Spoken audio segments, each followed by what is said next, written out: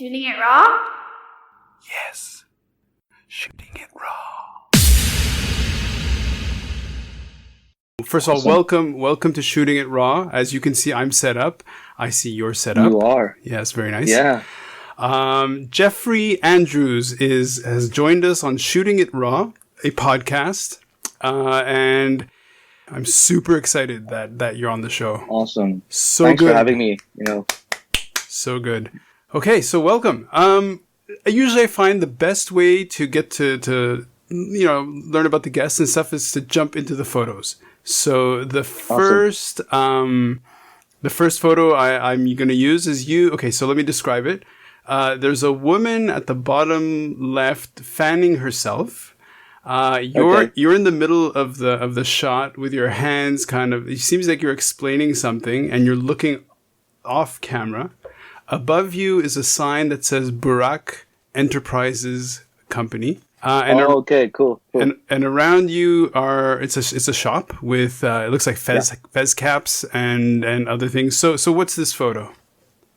Well, I do something called the Chungking Mansions tour, and that's one of our first stops. It's actually a shop that sells Islamic religious artifacts or religious items.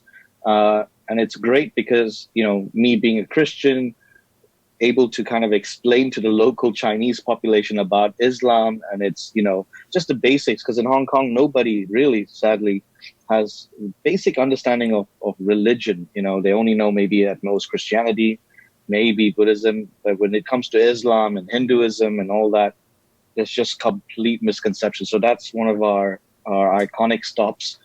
And it's great. The word misconception is something we may come back to again and again, and I'm sure people, in a way, it's kind of the cliche, right? So let me describe I'm looking at you. So your name is Jeffrey Andrews, and I know this is a thing that we'll get beyond it. We'll get beyond it because it's just skin deep. But you're you're very handsome, dark-skinned, Indian-looking fellow. A nice sort of rich beard. You've got a New York caps on your head. You got a United. Have to always represent. Yeah. Now, you're born in. Where were you born? I'm born in Hong Kong. 100%. Indian descent.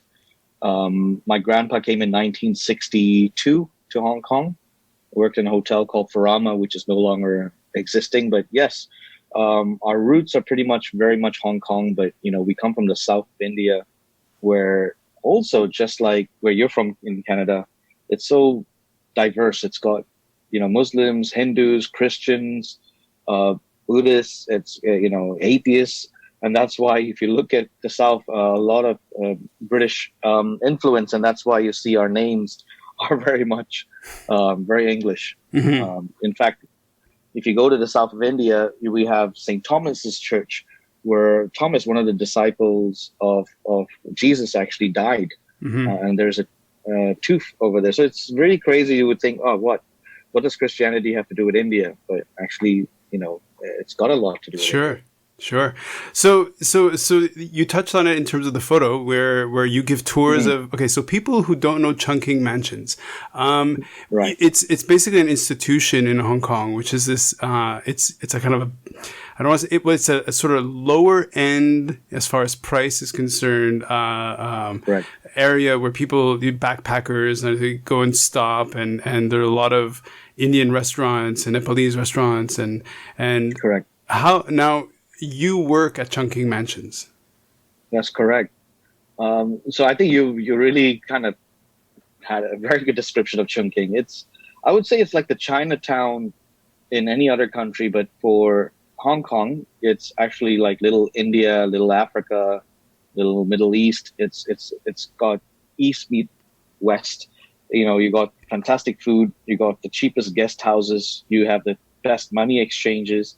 So it's really a melting hot pot of culture. But Chungking Mansions has got some real grimy grit to it. You know what I mean? Like it's absolutely right. You go up the stairs and it smells kind of like piss and cum. You know, it smells pretty gross. Absolutely, absolutely right. So of course, there was this famous movie a decade or so ago called Chungking Express, which kind of put the portrayal that it is a kind of wild and lawless place.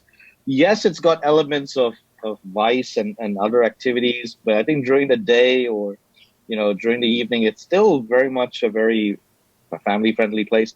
And then of course at night, just like Mong Kok or Sham Shui Po or Lang Kwai Fong, it can just turn into another world. Right, right, right. Is there something full on? What was the most full on thing that you've seen that was just like, okay, I've seen a lot, and this is a lot. I mean, you do see fights every now and then, full blown fights. I remember last Halloween, just 2 days before Halloween, a woman got stabbed in her neck and she was walking, along. It was a huge video, went viral. She was like literally like a zombie walking across, and you just think, wow. But it's also got the most like it's also cool because if you look at Ramadan for Muslims, it's crazy when they finish their fast and they're opening their meal time and tables are out and there's a whole feast and anyone and anyone's invited. As long as you're walking by, Sure. So I think that's what it's so crazy. And then Chinese New Year, you have very special shows where they put beams outside off the entrance, and there's dragon dance crews doing dragon dance. So I think it's one of the places that I'd say it makes Hong Kong very unique. 100%. I couldn't agree with you more. Yeah, for sure. Delian, my wife Delian and I, we've often gone to Chungking Mansions. We go there for shopping for spices and stuff like that for sure. Right. But it's definitely a place where you cross the threshold and you're just like, this is a different side of Hong Kong. And I don't know about you, Ryan, but I feel like at least here in Chungking, people have a conversation with you. Like you don't get that anywhere else in Hong Kong. You hardly can say good morning to people these days. Sure. But in Chungking, you don't have to know anyone. They'll just say, "Hey, come on, sure. Can I offer you a nice milk tea?" So that's something I always feel.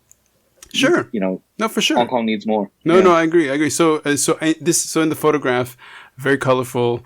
You're clearly is the woman with the fan the shopkeeper, or is she? No, she's my social worker that saved my life many years ago. Oh, okay. And so so she helps out with the tours and she talks about historical aspects of ethnic minorities in Hong Kong. No. So yes, she's there. Yeah, her name is Fermi Wong. Right. Okay. And I know that part of your story and how we met was part of a sort of a leadership conference, and you were a participant, and you were invited in the capacity of. So I was invited to take part in this leadership program as a social worker. I know that it was a fantastic few days we had with you guys, where people from different walks of management and corporates and NGOs got together to find ways to kind of, bring Hong Kong to a new level or rejuvenate this Hong Kong DNA. And I can tell you that's impacted my life to where I am today, meeting you as well. Man, I wish we could have more of those. Yeah, I'm sure Hong Kong needs more of that now. It was a special event in that you kind of you step out of your everyday and you think about who you are as a leader and how you develop. Correct. It was an amazing group of people, though. That was a great group of people. For sure. Yeah. You being one of them. You're one of the stars for sure. Thank you. Okay, let's move to the next photo because I want to breeze through them because you have such a great. Let's get into it. So the next photo is it's a group photo.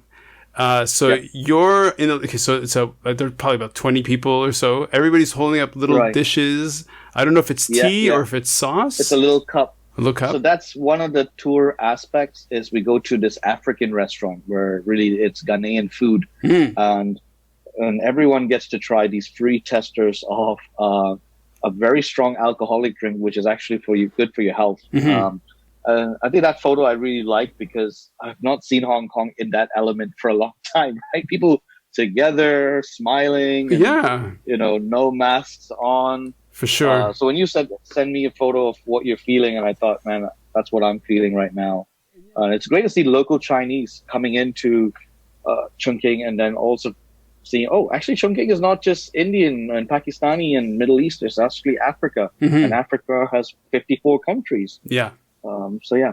So in terms of, I mean, your work isn't only to give. I mean, you give the tours, but is that as part of Yeah. your job in terms of the social work, or is that a side No, thing? no, that's just an added element that we've done thanks to the protests last year. So this is just something that just sprang up, and now we're doing this quite often. Of course, if it wasn't for COVID, we had to stop now.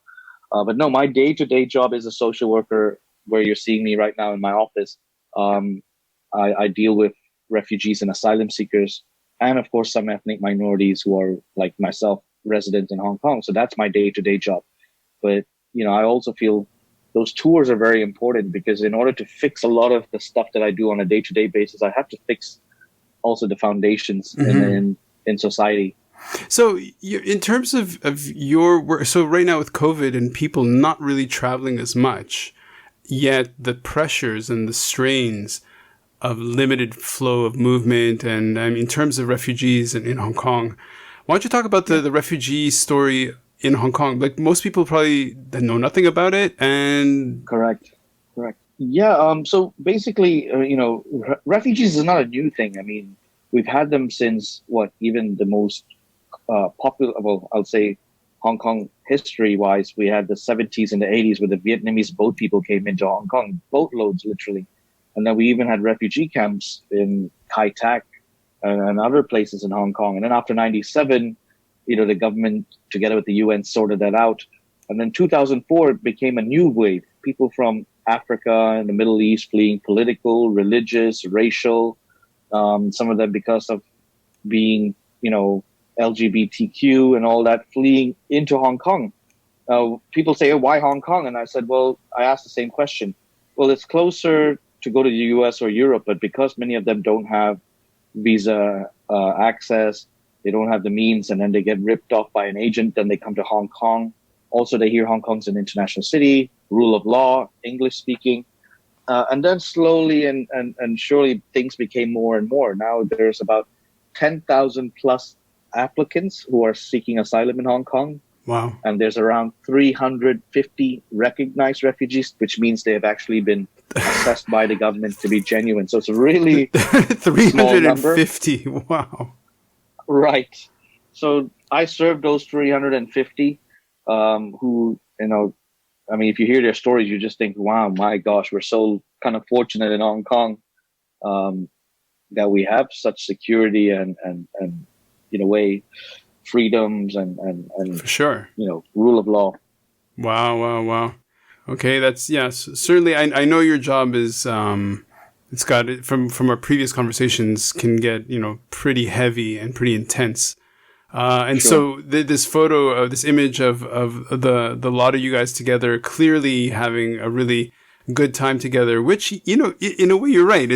Especially in COVID, everybody does have masks, and yet Yeah. it's a kind of it's such a like an innocent, naive sort of like, oh yeah, it's fun to be together.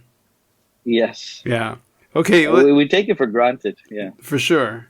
Okay, so the next image I think gets into the more recent kind of dramatic turn in your story, which I think took Absolutely. huge guts and such courage.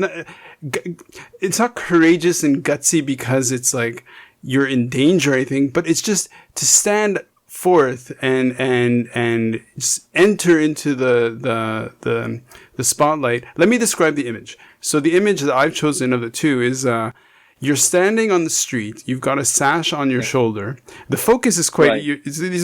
Whoever made the image is clearly playing with photography quite interestingly. Right. Very bright sun. You're roasting in the heat. You're dressed up. You're dressed up very nicely. You're standing Yeah. outside with flyers. Describe Yeah. that day. I mean, I'm still in shock that this all happened within a space of few months, but I ran for elections. And I actually entered into the Democratic camp's primaries. The first ever minority to do so in a long while, I believe. Wow. Under the very most extreme circumstances, what's going on in Hong Kong. And yeah, thought to myself, like, hey, Hong Kong, as much as it's got all these issues going on, but there's not enough talk about minorities. And none of these candidates are actually maybe talking much about ethnic minority issues, even though it is still a lot of social injustice going on.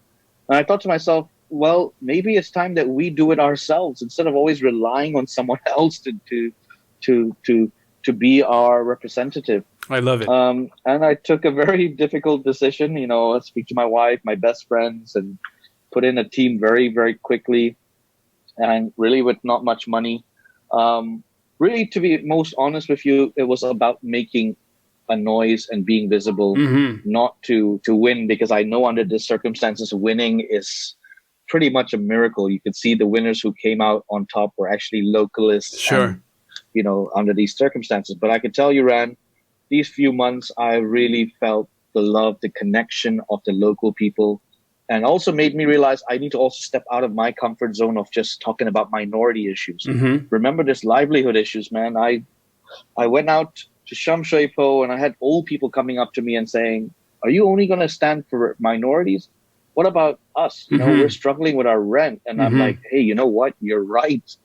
So totally. I really opened up my eyes to go, like, I need to mainstream more instead of just being a voice for my community. So that's one of the things that I did.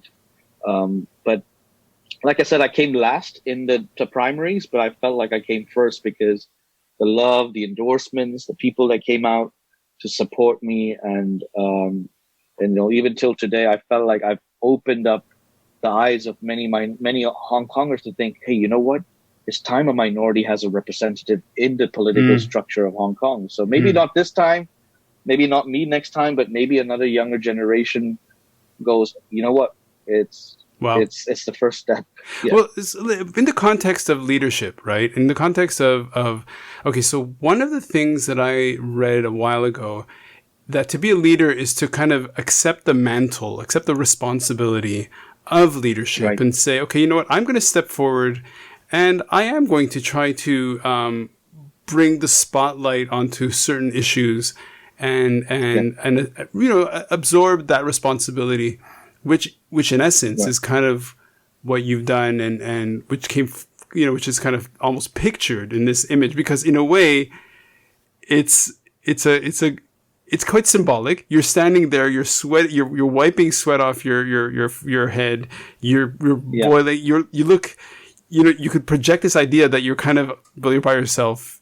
You're kind of ignored by a couple of locals who are walking by, Sure. In a way, exercise in futility, somebody who's really critical would say. But the effort alone is what really stands out. So how do you feel, given the leadership conference you took, and then to sort of say, you know what, you take a breath and you go, I'm going to do this. I'm going to try to do this. So walk me through that decision-making process. No, of course. I think, like I said, Ran, meeting you all and being part of the gift, that really taught me. I remember Chandran going, you can't just be critical. You've got to give a solution to, your criticisms. And I thought to myself during those sitting down with all of you guys, and I thought to myself, you're right. I can't just keep bashing all the government's useless and people are.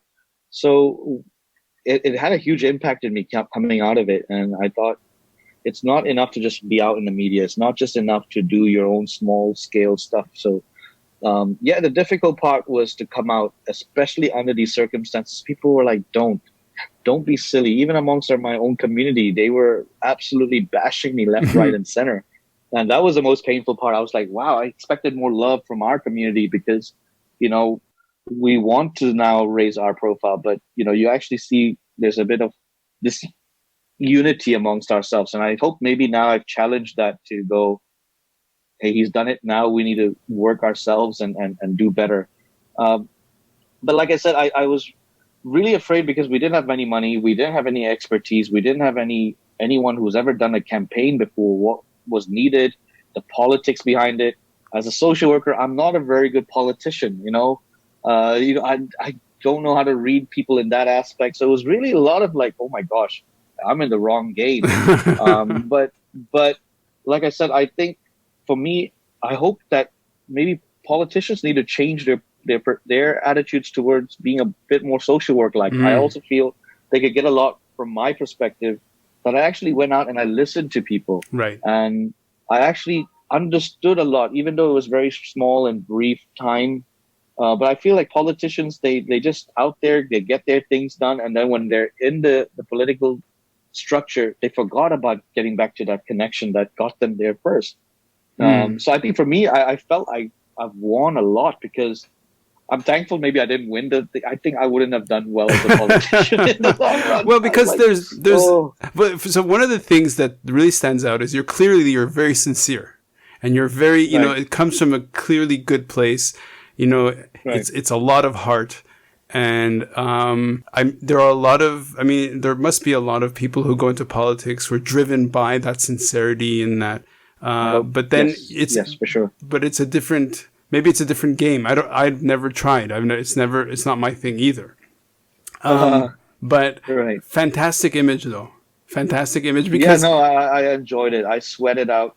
People ask me what was the most enjoyable part of the campaign. Was it making banners? Was it, having meetings and things? I said, for me, to be honest, the best part of it was, I was so excited, was when my campaign manager would give us the time slots of which district we're going to go, oh and, nice. and hand out leaflets. And I thought that was the most exciting part. Really, That's just it. Like you are clearly a visible minority in terms of Hong Kong, right? right, Although right, Indians are part of the Hong Kong story in a big way, absolutely and right. you speak Cantonese, you can Yep, engage with people.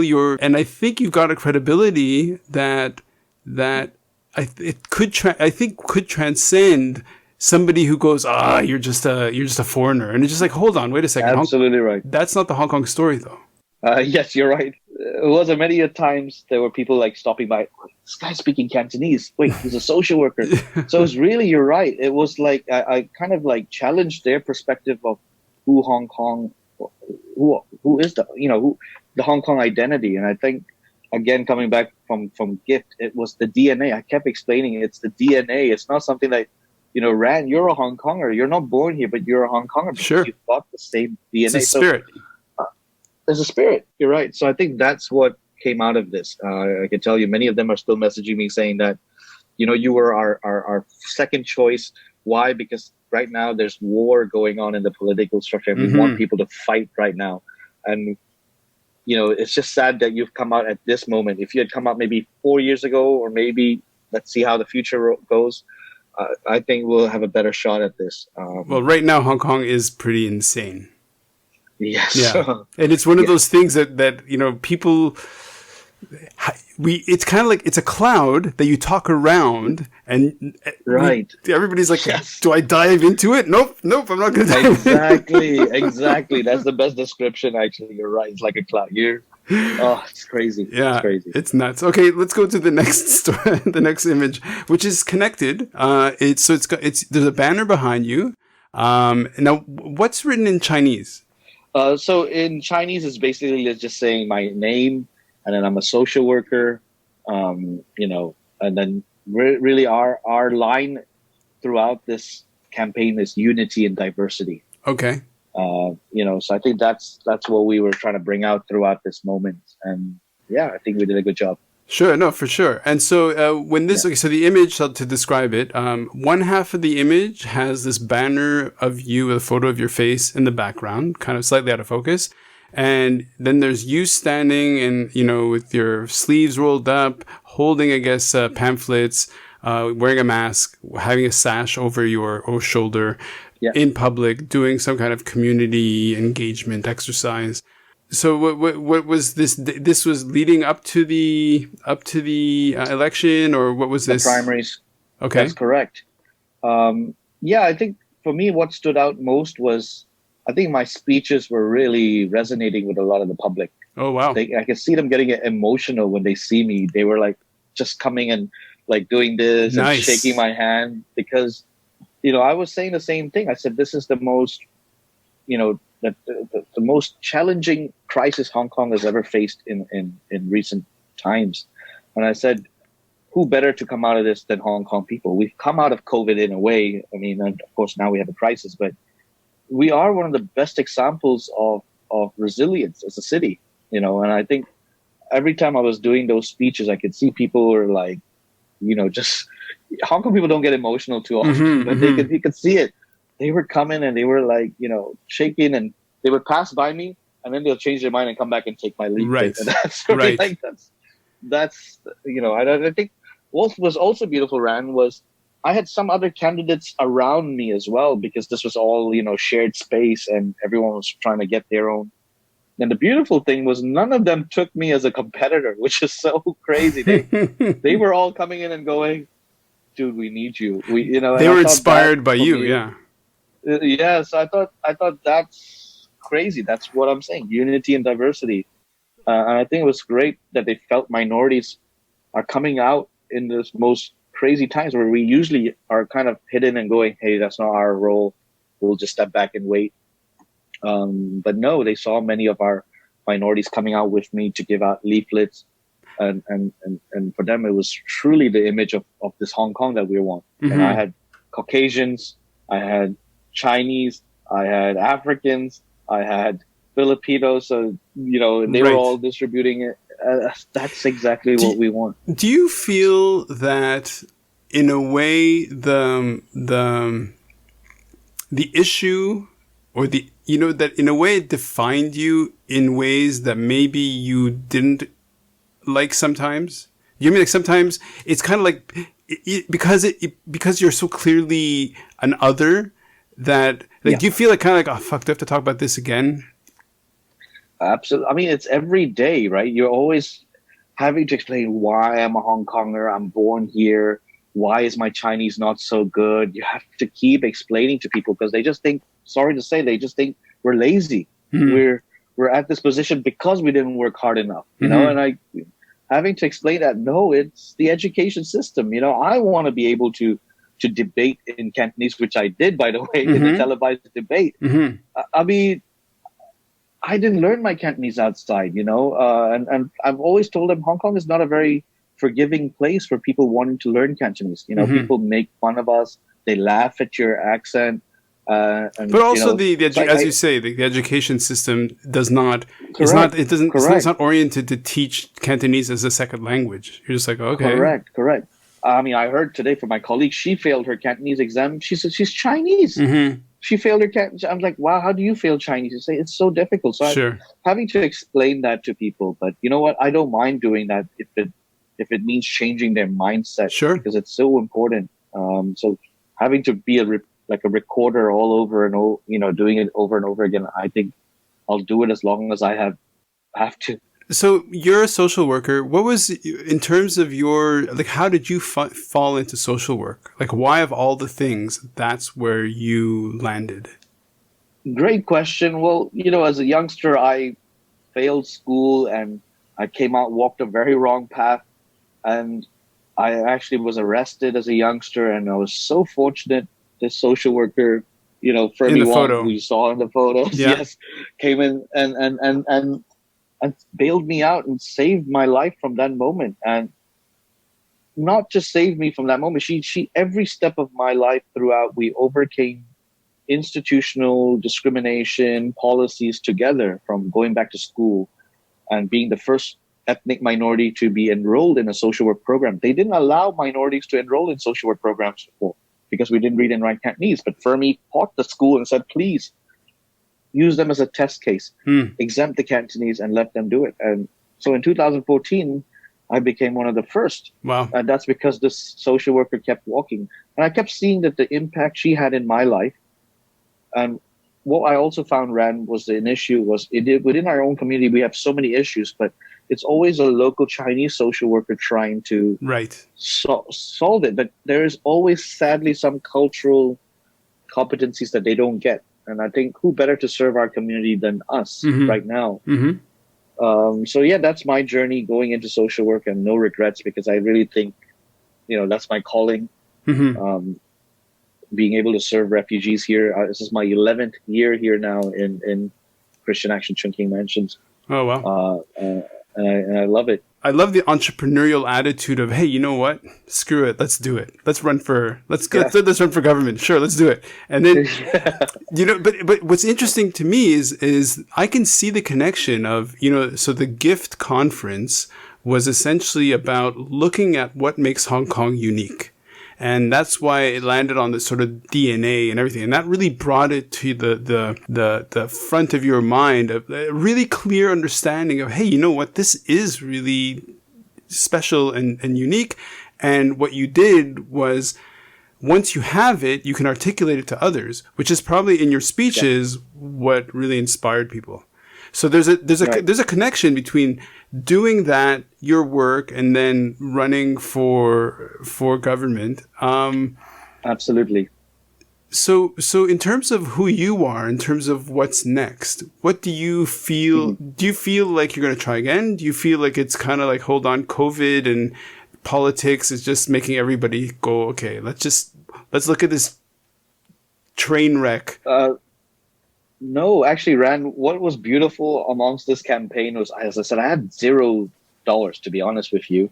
But somehow this young Indian guy heard about me running for campaign, and he donated 2 shops to me for over 3 months. Oh, wow. And for the first time, I have a campaign office down on the ground floor of Chungking. And he gave me another huge space, which I renamed as Diversity Room, and actually held my first press conference there. It was beautiful. Amazing. So the idea was that even if I failed this, which I have right now, I won't say fail, or lost this campaign, I wanted to use this room, the Diversity Room, to have events, Black Lives Matter events, cultural and music exchanges, people to come in and talk. We had some themes, for example, unsung heroes, bringing in street cleaners to come and talk about what their work is like and how nobody kind of hears their day-to-day stories. So unfortunately for COVID, it came at this moment. Right. But if not, man, I was supposed to go full on with this diversity room. And of course, if you are coming down to Chim Sa Choy to have curry with me, I got to show you this place. Love to have you come down and even share about, what you're doing. Sure. So it's really a great place where dialogues can be had, where Hong Kong doesn't have enough of these, right? You touched on it. I'm going to interrupt you very gently, but Black Lives Matter in North America, most organizations, most people, it is definitely part of the conversation. In Hong Kong, there's definitely, it's not in terms of my, my circles and everything, it's not really part of the conversation. So how do you chime in on that? So we're forcing that issue. I don't know if you know, about a month and a half ago, an Indian man sadly died. Same image of George Floyd. He died right outside Chungking Mansions and Mirador Mansions. Daylight, 5 police officers also went on his neck, and eventually he died. And you just think, where was the noise in that? Yeah. The noise only happened when political groups started wanting to politicize the issues for their own interest. And I thought to myself, man, we can't. And then there was a Black Lives Matter event supposed to happen in Hong Kong, but that became, again, hijacked by other groups, and it just did not happen. And I thought to myself, man, we have to stop being, political about things and just really talk about things from the foundations and just have this conversation and let's see where it goes. Mm-hmm. Hong Kong, people don't talk about Black lives. People don't even talk about Black people, or, in that sense, or it's a very negative connotation. So I wanted to bring in Africans who are in Hong Kong who've sadly felt discriminated, had issues with police or anything, just to come out and have a discussion. Mm-hmm. And I would have gladly invited a police officer, actually I did, to also be part of the crowd so that he can hear it. And maybe he has his own reflections on things. So for sure, we wanted to have an honest dialogue, because that's not done in Hong Kong. As soon as you say, I want to invite the police, they go, oh, no, man, Jeff, that's so wrong. How can you invite the police at this moment? But this is the problem in Hong Kong. Because you're not bringing both sides together, we're never going to get something. So who better to bring people together than us and in Chungking? So I hope in 2 weeks' time, if things die down here, I want to start the pun not intended, of course. Yeah, yes. I want to start things going here as soon as possible. The diversity room is my concept. I also like the idea. Okay, so some people, when there's an issue or there's a challenge or there's a problem or crisis, they kind of steer away from it. And I like the idea of you go toward it, you go into it, you dive into it. So in your case, okay, you have these issues, just like, you know what? I'm gonna run for office. I'm gonna walk into that fire and just deal, right? So for example, I agree with you completely. Like, yeah, get police in the conversation and engage. So I definitely appreciate that part of your makeup. Thank you. Well, you need to come down. Okay, no, for I'd love sure. to have you come for curry one of these days when things calm down. For sure. I'd love to hear more of your thoughts and perspective as well. No, for sure. And okay, so for a few last okay, so to bring it back to the podcast itself, right? So to kind of get more sort of focused on that. So for example, when you are speaking to people who are trying to get involved in the community or trying to get involved in either social justice or whatever, any advice? Because your story is you got pulled out of difficult times yourself and got sort of inspired to kind of change your life. So what advice would you give to your younger you?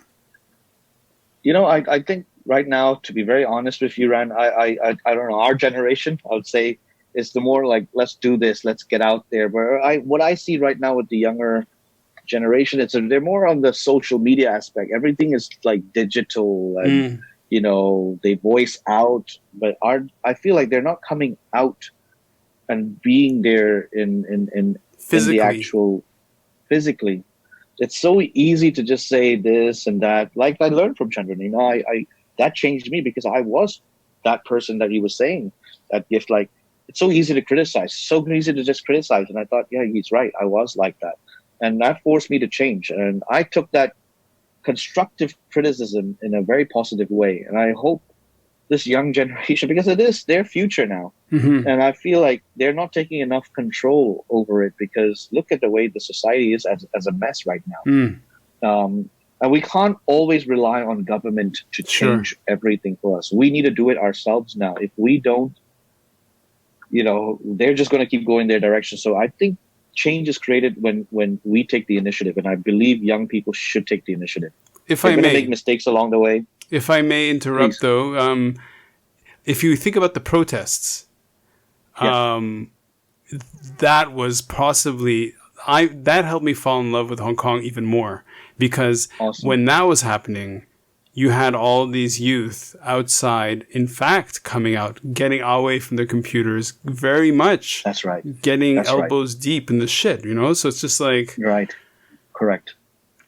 I don't know. That's a great start. But I think the momentum has to be created through dialogue, exchanges, platforms. And I'll say, yes, you're right. Some things that came out of it made me realize in the candidacy, so many young people want to get into politics. And 15 years ago, who wants to get into politics, right? Okay. It's the old school. So I say you're right. There are elements of it, but we do need more champions in every aspect of society. It's still being held by the select elite few who've been sitting there for too long. I saw this in my own community where I challenged by going out to be a candidate. Nobody wanted me because they were so used to these guys just being there in their old ways. I kind of went, nope, I'm coming out. Cool. I believe now more younger people will also start taking it. So I hope this can create more wholesale change. That's amazing, Jeffrey. I admire the work you do, and look, and I also know what it's like to be on your side, where people kind of shower you with this attention and this, being impressed and all this stuff, and it is impressive because you're stepping forward and you're, it is very inspiring, and let's meet and have that curry and whoever can stomach the spiciest wins. How's that? Oh man, I don't eat spicy food, to be honest. I've got a Chinese. I remember. I know. All right, but sure. Let's come on over and let's do this in real. Thank you so much. It was so good to talk to you, and I will see you around, friend, brother.